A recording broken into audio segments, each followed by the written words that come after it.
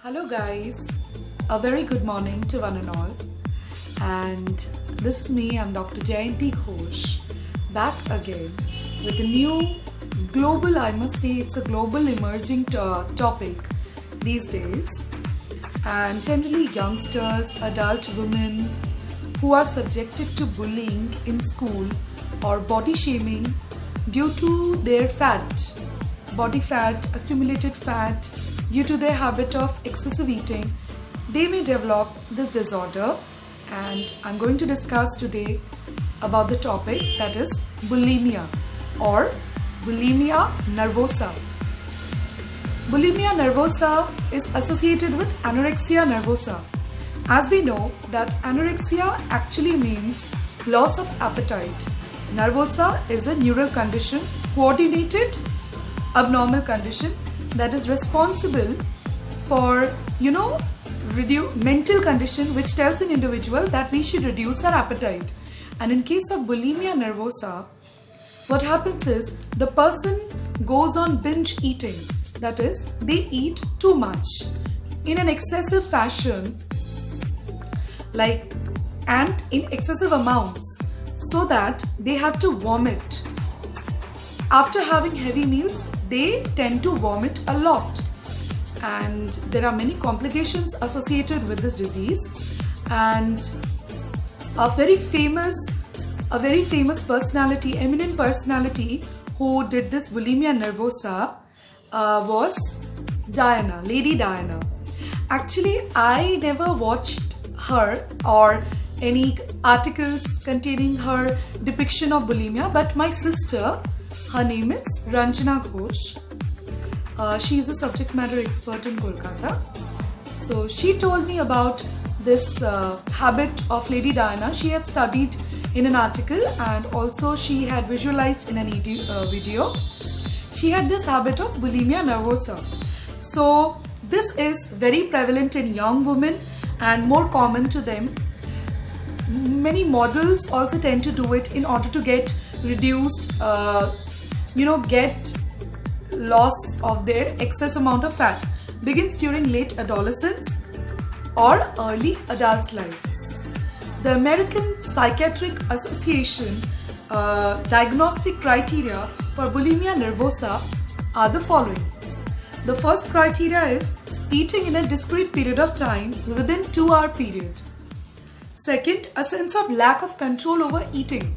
As individuals, we should have control over what we are eating. The things that are there on our plate are to be completed. And if we cannot, if we feel that we are not able to eat that much amount of food, then we should not take that much amount in our plate.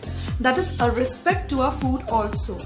In India, it's actually respect to a deity that provides us with grains.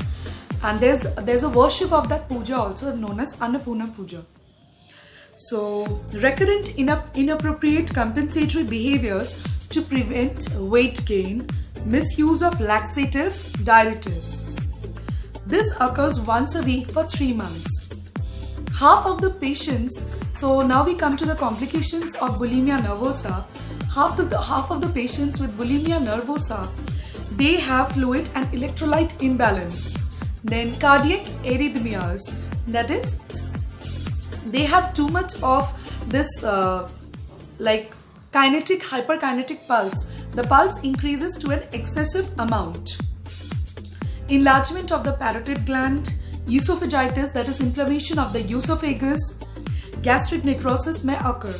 And dental abnormalities, as I'm a pediatric dentist, so dental abnormalities associated with bulimia nervosa is, it includes enamel damage, enamel erosion due to the continuous washing of the enamel with the gastric acids released by the vomiting contents. And highly acidic regurgitation results in too much of enamel erosion. And if we say that after the enamel erosion we can, by doing brushing we can maintain it, but that is not a truthful term, because brushing makes the remaining enamel also to erode away. Toothbrushing after vomiting promotes enamel loss. Hence, patients should be instructed to rinse their tooth with an alkaline mouthwash along with that is sodium bicarbonate dissolved in water, and use of liquid sugar-free antacids, because antacids, they contain alkali. Milk is a very good alkali. When we have indigestion, we ask the patients to drink milk at night time, so that whatever acidic or very much intoxicated we must have, they can be neutralized by the alkali of milk. Milk is a very good alkali. So, and we can also go for fluoride treatment. So guys, this was all for today, and if you have any confusion and whatever, this topic which I discussed today is from McDonald's and Avery's textbook of pediatric dentistry. You can refer to it, or you can also have the PDF version of it. I have it in my YouTube description box. Please do check it out. If you like my video, don't forget to subscribe, hit the subscribe button, and do like and comment. Thank you and have a good day.